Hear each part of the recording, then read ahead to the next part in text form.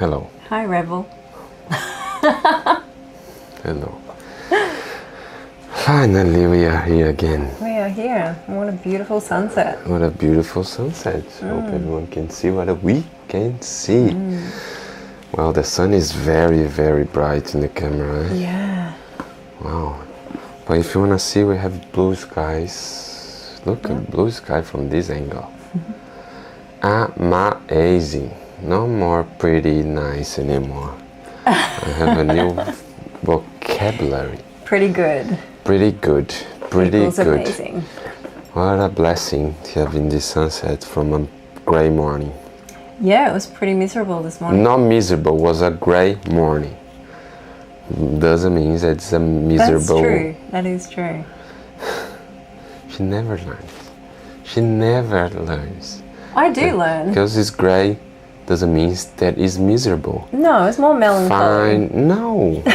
Find beauty in not common beauties. I love it when it actually properly rains, though. I can find the beauty in that. But this morning was just a bit meh. You were mad, not Yeah, the morning. The morning was. And look, you're right. I was a bit meh, and so my outlook, everything was a bit meh. meh. Exactly. Yeah. So. Anyway, here we are. We're not here to talk about the weather. We're not here to talk about the weather. Definitely not. We're not talking about the weather. We're talking about how we see the world. Yeah. We're not here to talk how we see the world. We're just here to express how we see the world. Okay. In a grey or in a sunny, rainy, forecasting, overcasting. What else? All the different ways. What else we have? How are you? Other than me. I am overstimulated, overwhelmed. Yes, very. Over a lot of things. I'm over it. You're over it. I'm You're over it. Just be careful. You're gonna walk away. There are a lot of cables, a lot of things on your. I'm not going to storm out. I'm not going to. Well, I mean, let's see. You do know how to push my buttons. I don't know how to push your buttons. You push yourself. No, but I am actually good. But I'm feeling the after effects of a very big week. How are you? So after a very, very, very big week, were you expecting to have a chill day? I was hopeful. I wrote it down in my diary as a recovery day. And why was not a recovery day? What is a recovery day means? For me, it means having less input, less stimulus, less noise, less minimal, nil. Right. Things are not coming at me, and I'm not having to process a lot. So that's what I was keen on. Yes. But what's happened that you couldn't get to what was planned? We went to a few places, didn't we? I'm actually struggling to remember now. I feel like I was at Officeworks at one point. Yes, we were. Yep. Decisions were needing to be made. There was fluorescent lights. There was multiple noises.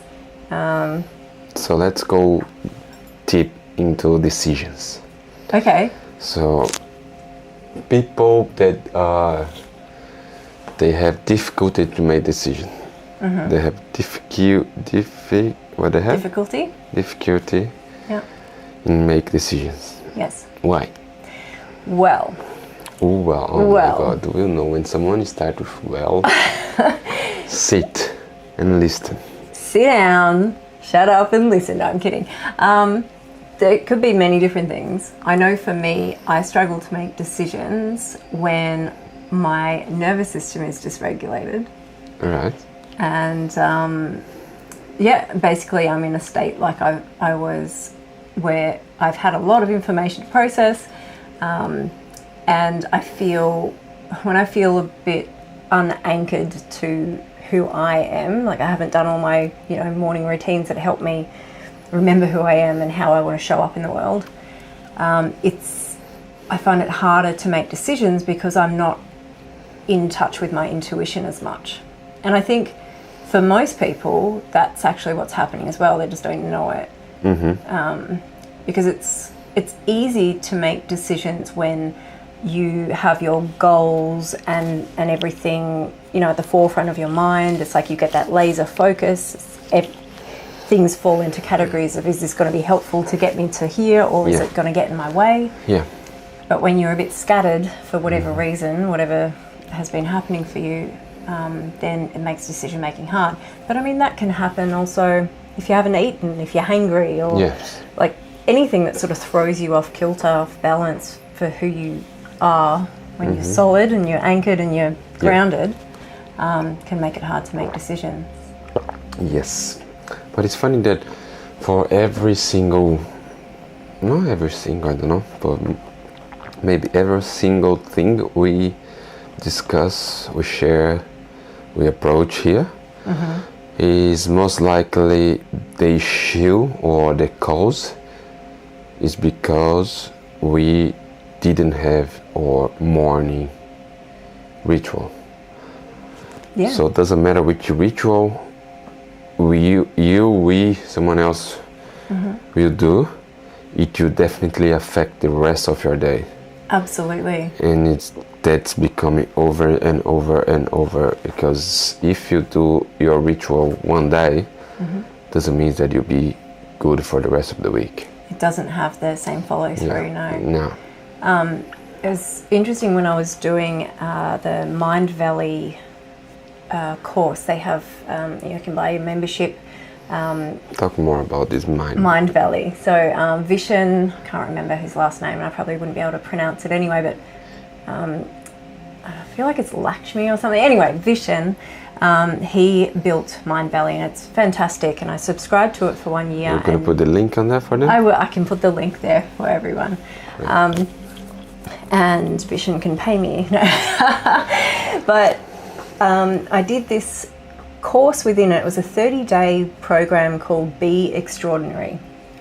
And it was guiding you through some journaling prompts and some strategies and practices to help you become a better version of yourself. Not to become someone else, but to actually really figure out who you're here to be, the experiences you're here to have in your life and your inspirations, everything. And he kept making the point, which I've learned through other professional and personal development seminars and things, is that the first hour of your day is the most important, and it's the same for everyone. Like Fortune 500 CEOs will utilize that first hour to meditate, to go within, to just really center and anchor, because decisions are better made when you're in that place of knowing yourself and feeling certain within yourself rather than being swayed by everything around you. And so, intentional movement. Doesn't matter what it's not like yoga's the only thing, that's too prescriptive. It's whatever it is that works for you, but movement's important because it gets lymphatic system flowing, it gets your endorphins up, your brain chemistry doing what you want it to be doing. But also caring for the mind. It's not just about going for a run. Like it's what happens on that run. Yes, I know exactly. For you, that's sort of like a form of your meditation, right? Yep. No, it's a form of my meditation because I'm not out of my body. It's my form of, I don't know how to explain. It's like, I don't know. I'm a bit my brain's foggy. Why is your brain foggy today? Let's not move towards me. Let's keep. Okay. So the running for me is, it's the challenge. For me, running is where it makes me understand that life is like running. You'll be painful, and you need to understand when it's time to stop when it's time to keep going, and if it's painful, you can not feel the pain. If it's painful, you can still making decisions, and can train you for when you are in a chaos and need to make decisions, or you're in a chaos, you need to find your north. So running for me is pretty much the training for life. Yeah. That's how I see. I know that many people that's running is their drug. For them, like to feel the good things before they go to work and make big decisions and make, like, they run like 1 million company, so they go running first in the morning, not every day, but they go running first in the morning. So when they can sit and then can like delegate, do whatever they need to do that gonna cost maybe their job and maybe the reputation of the company, but we're not talking about like 10,000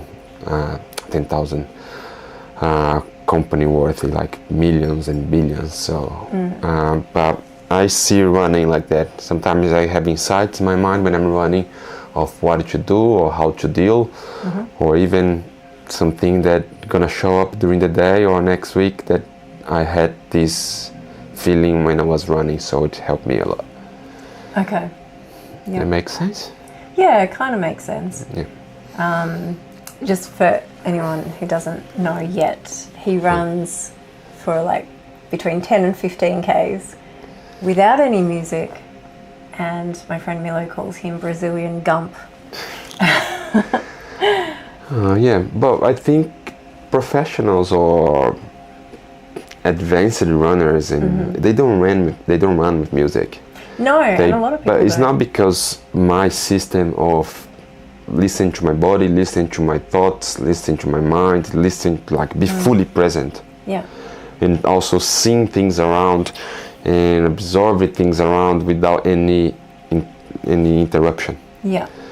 But of course, advanced runners and professional, they count the steps. So if something happened, sometimes they don't need to watch because they know how many steps they need to at the pace. So the pace they count, so they know how many paces for 1 kilometer. Yeah. So that's how they do it. I mean, I believe so. That's the main reason they don't put anything that could interrupt their focus. Yeah. But for me, it's this way. Because meditating, yoga is not easy for me. I get distracted. Yep. I get distracted because there's always someone talking, there's always someone doing, there's always noise, always things. And if I don't feel the pain, if I'm not in movement, it's easy for me to get lost in the movement or in the next movement or in the breathe in and breathe out. So it's hard. Of course, that's something that would be helpful if I practice and practice and practice, because I'll be better. And for decisions during the day or even alterations that I may have, that breathe in and breathe out will help me a lot. But yeah. Right. Well, we could learn a lot from each other then. So he has tried to teach me how to be a runner, and he gets very frustrated. I'm not teaching you how to be a runner. I'm teaching you how to run. It's different. How to run, okay. Like, I don't want you to be a runner. I want you to run because you said you want to run with me. I do want to run. But I'm teaching you how to run, so you run properly.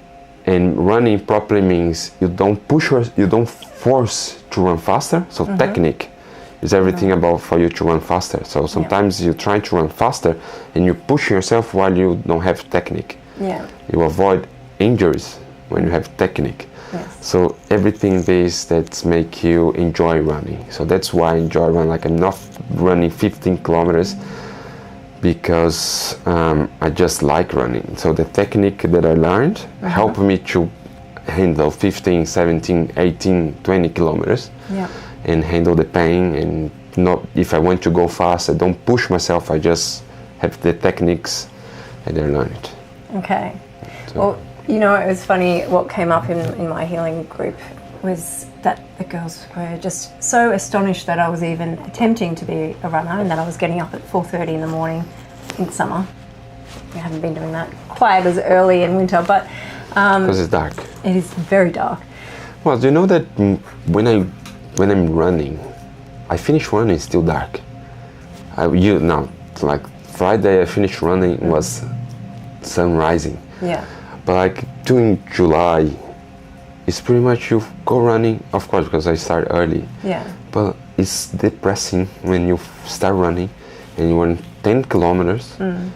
Not fast, you just want to run to like get your body moving, like running 50 minutes, 1 hour, like in a jog. Yeah.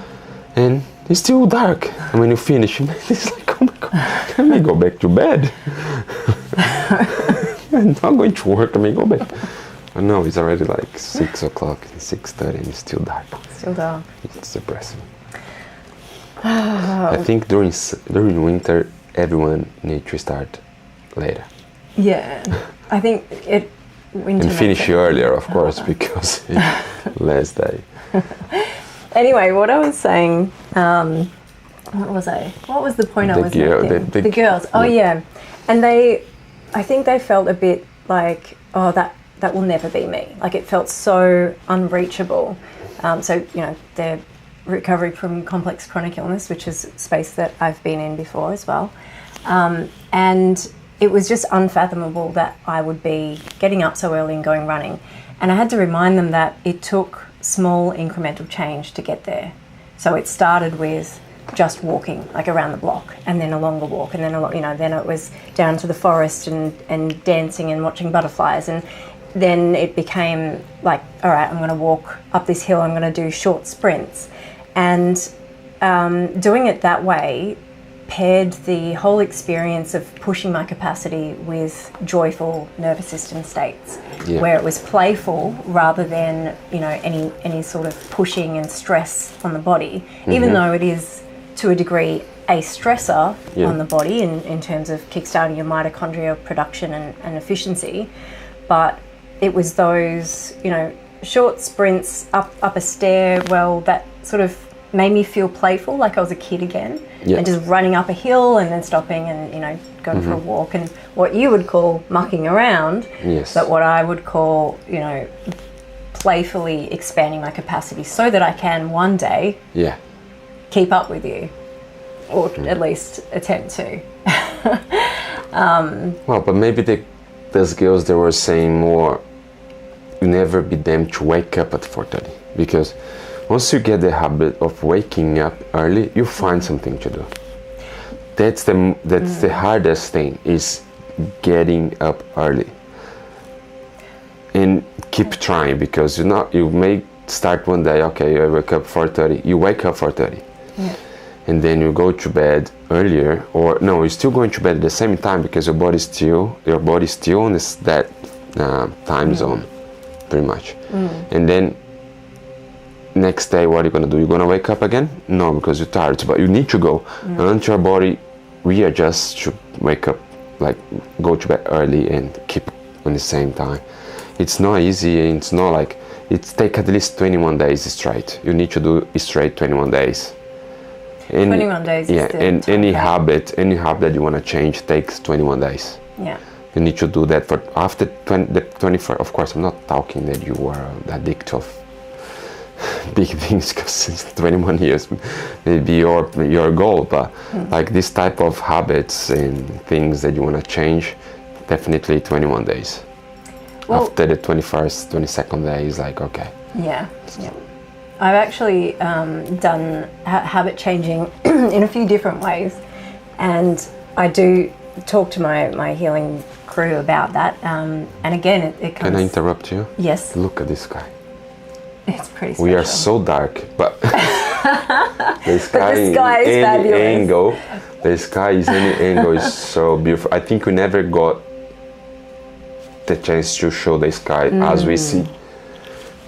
Thanks for the filter that we're using. Make us darker, but it's so nice. And that's not the sun, that's the light. Sorry. I was thinking, we're gonna get the sun. No. Oh yeah, it's the lamp. But anyways, pretend it's the sun. Beautiful. Good. Sorry to interrupt you. That's okay. Worthwhile. Yes. So small incremental change for habits like that as well. Like you can set your alarm to to first knock yourself off your phone, like set your downtime, boots you off. You know what I'm talking about? Yeah. Yeah. I just introduced it to someone who had no idea just recently. She's like, what? You can do that? So anyway, you can set your phone to a downtime setting, which boots you off everything that you're using. And so you can... No, wait. Wait. Okay. So I know technology. So for me it's hard. Yeah, people need help. So you cannot stop yourself. So your phone helps you to not use your phone. Yes. There's so many devices and things. I knew a girl who would put her phone in a lock box, and like the box would lock itself and she couldn't access her phone. Well, that's come from you putting the phone in the box. Yes. Right? Not like the phone shutting down or not allowing you to use. But of course there is a code that you can still use in case of emergency. Yeah. I think so. I'm not Anyway, too so sure. Anyway, so it's so nice when you do on your own, because it feels more achievable. Yeah. You feel more like empower yourself that you can do.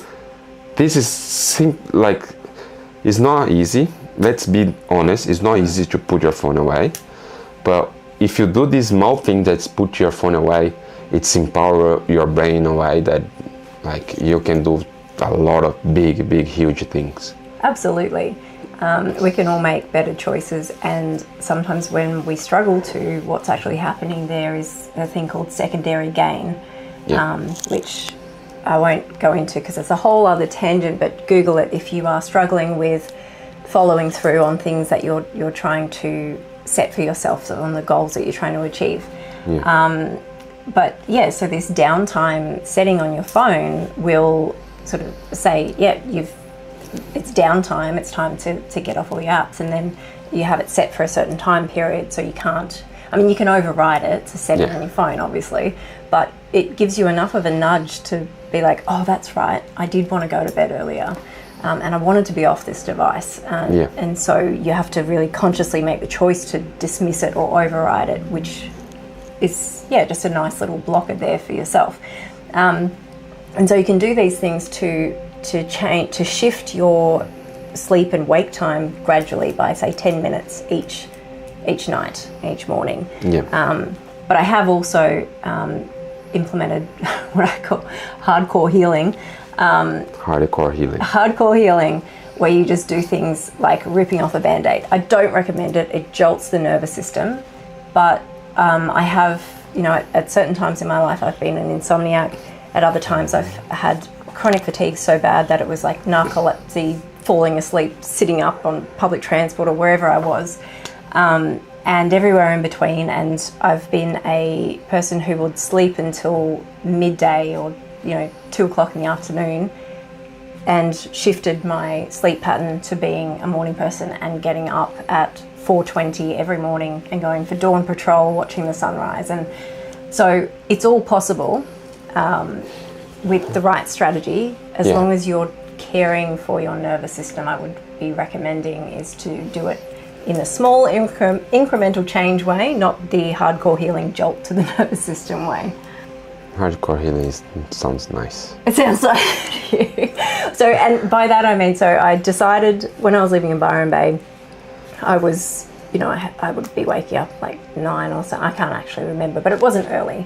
But then I had a friend come and visit and stay with me, and we decided we were going to go and watch the sunrise from Watergoes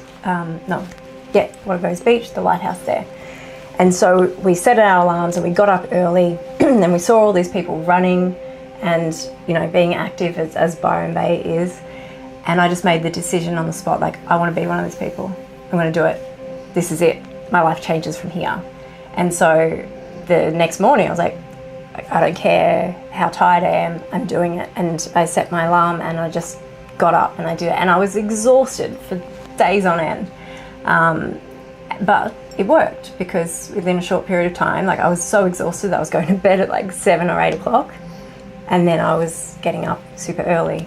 And I've done that previously as well. I enrolled in this, what was it called?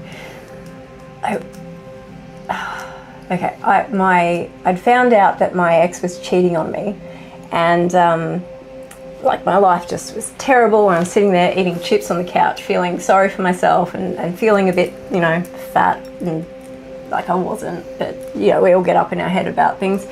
Anyway, and I saw this thing on scrolling, as you do, eating crap, watching TV, all of the things. I've been there. And I saw this ad for a gym, like a F45 gym place that, you know, lose 6 kilos in 9 weeks and get your money back. Like if you meet the challenge, you get your money back. And I'm one of those people who like give me a challenge like that, and it's enough motivation or inspiration to really go hard. And so I went from, sleeping until like 10 o'clock, 11 o'clock in the morning, and eating chips on the couch, to getting up in the dark, running to the gym and doing a... Did you get her money back? Yeah, I got my money back. I was the fittest, healthiest, like, looked damn hot. No, can I link photos? No. No. I did a naked photo shoot actually soon after this, because I was like, yeah, this is the best my body's ever going to look.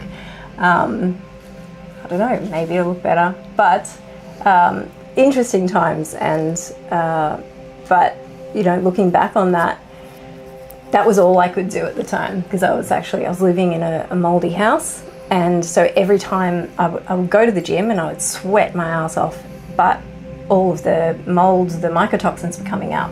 Yeah. And you know, heavy metals as well, and all sorts of things were moving through my body. And so after the workout, I would pass out. I'd actually go home and I'd sleep, and then I'd, you know, try and go and do I was a jeweler at the time, but I was struggling to see, and I didn't understand why, because of all the toxins. So it's interesting to look back on these moments in time and understand with a bit more context about what was happening in my body when I was pushing through too much. And so, I was having Herxheimer responses, cell danger response. Basically, my nervous system was cooked. But I looked good, and all the anger at my ex was coming out as well. Good. That was good. So you don't hold this anger anymore. No. That's good. We cannot hold anger. No, it's not very unhealthy for us. Yes. But anyway, I've just rambled a lot about a few stories there, so redirect me. Well, we can go to get your card session now, before you wrap up. Card session? Oh, these? Yes. Okay, let's do it. A question card. One of these ones. What colour is it going to be? Well, that's different. It is. What if? It's always what if. Yeah, that's because... Oh, that's the main That's thing. the thing. Yeah. What if money were not object, and you could go back to school to learn for fun? What would you study? What if money were not object, and you could go back to school to learn for fun? What would you study? I would study Study for filmmaking. fun. So in school, do you learn in filmmaking at school? No. So it's not like you. I don't think they you Oh, to high school. can. Well, say school. So I think it must be. I don't know if it's school. Maybe they say whatever. Okay, well, I'll answer for high school. If I was to go back to high school, I would study photography. But I already studied photography, but I had so much fun in it. So I would go back and I'd just do it again. Did you study photography? Yeah. Right. And I keep looking after the cameras and everything. Yeah. Why not you? Because I studied photography when we were, I feel really old saying this, but like print photography. But the thing is, that's the principle of photography doesn't change. You may not know cameras, but cameras know you. No, like once you know, like even if you know nowadays camera, if you get a new camera, you need to study the camera anyways. But photography doesn't change color, way, things, how to it doesn't change. That's the principle. Yeah. That's what's nice about photography. You may know everything. If they launch a new camera, you need to learn the camera, not photography. You know what I mean? I do know what you mean. Yeah. Interesting. So, yeah, I was actually, I got really good grades in photography, but I let you do photography because that's your thing. Photography is not my thing. Yeah, it is. No, filming is my thing, not photography. Well, this is filming. Yeah, but the color grade is photography. The color grade of filming these things is this photography is no filming. Anyways. What would you go back to school and study? This for fun? is not for my question. No? No. Okay.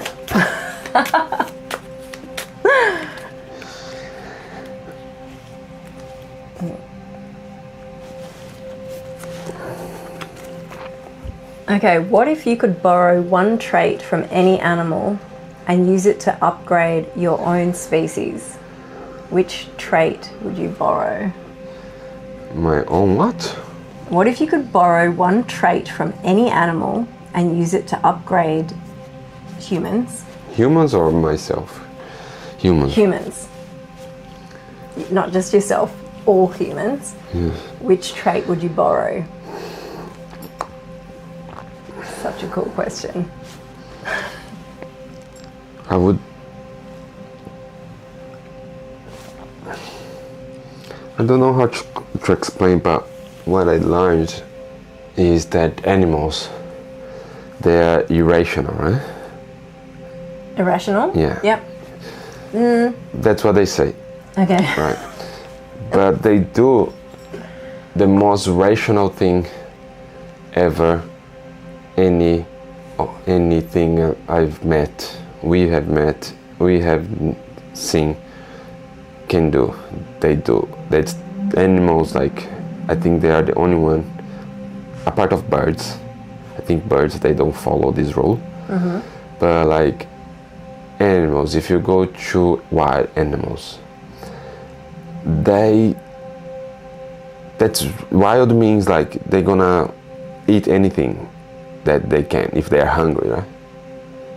Or just wild, I take to mean like not domesticated, not trained.